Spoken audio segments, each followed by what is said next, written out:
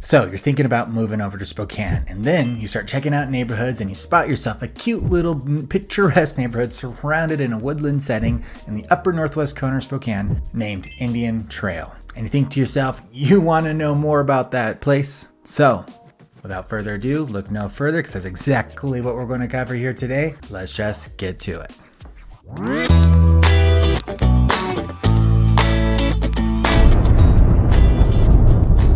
First things first, Indian Trail. Not exactly a PC title in today's world, but it does get its name from all the trails that the natives used to use from the Spokane tribe to connect themselves from Spokane to other parts of the Pacific Northwest. Indian Trail is such a rich native historical site that we often see Native American artifacts to this day. I remember growing up as a kid going to Balboa Elementary School right down south of there, where my friends would come to school with arrowheads that they would find in their backyard. Pretty cool, right?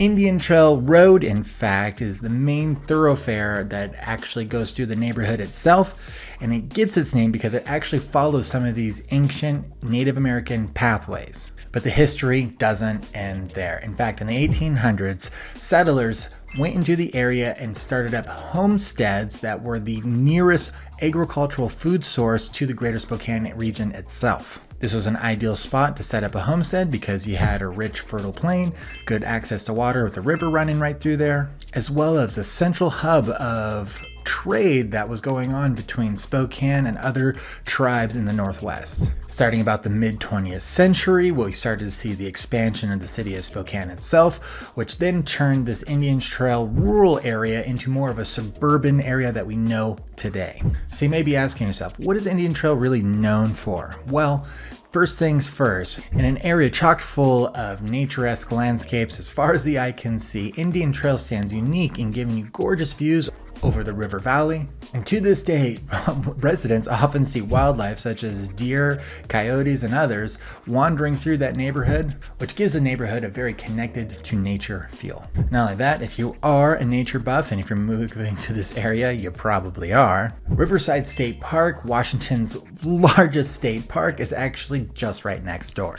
A park with over 55 miles of trails for hiking, biking, riding them horses, where if you go into the park itself, you can find the Bowl and Pitcher, which is a series of stunning basalt rock formations that are very popular destinations for locals to take their picturesque photos. Now, some of the things that locals like about the area is that the streets are well taken care of. Many of the homes themselves actually have very large lots and yards, and the neighborhood itself has a mix of older residents as well as newer residents as the neighborhood expands. It is an active community that stays close-knit with active Facebook groups as well as the Nextdoor app, where neighbors communicate with each other on an ongoing basis. Information down below. In true Spokane spirit, the neighborhood itself often offers seasonal block parties, outdoor movie nights, as well as holiday light tours. Those are some of the absolute best in this region, where if you go on one of those light tours during the Christmas time, it is an absolute magical experience and something my nieces and nephews absolutely enjoy. The area is also known for its excellent schools that help supporting young families as they have kids. Schools like Indian Trail Elementary or Salk Middle School are rated some of the best in the area. What's great about these schools is they still offer a lot of extracurricular activities such as cross-country, robotic clubs, drama departments, all of that and more, which help keeps the kids engaged year-round. What's really great about this neighborhood, if you ask me, is you do not need to leave it. That's right, everything you need is roughly right there, from a small hardware store to a nice grocery store in the form of Rosars, to coffee shops like the Little Garden Cafe, and so much more. I mean, the neighborhood is even good if your hobbies are bird watching. Species like quail, hawks, hummingbirds. I mean, all sorts of things are absolutely common in the area. We even have seasonal migrations of certain species that only come once a year. And in fact, bird watching is so popular here, you'll often see many of the homeowners have bird feeders right in their own yards to attract the local wildlife. If your kids want something a little more exciting, totally understandable. In the wintertime, we got good sledding on the slopes of Sky Prairie Park, which has great hills. And with the Spokane region's abundant snowfall every year, kids absolutely have a blast. While during the summer, they have outdoor movie nights in the park, as well as local neighborhood barbecues. It's truly hard to convey into words like how close-knit this community truly is. It's one of those things that you kind of have to experience it for yourself.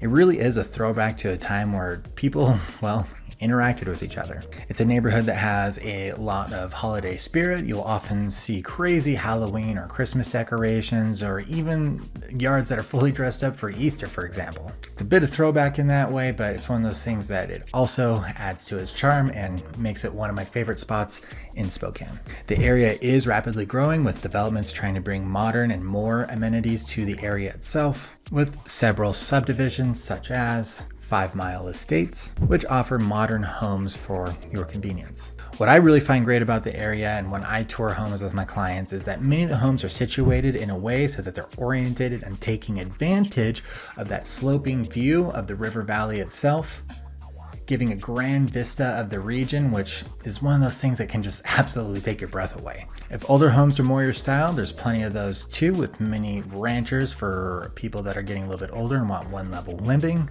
some older craftsman homes, as well as a lot of 70s retro throwback contemporary homes as well.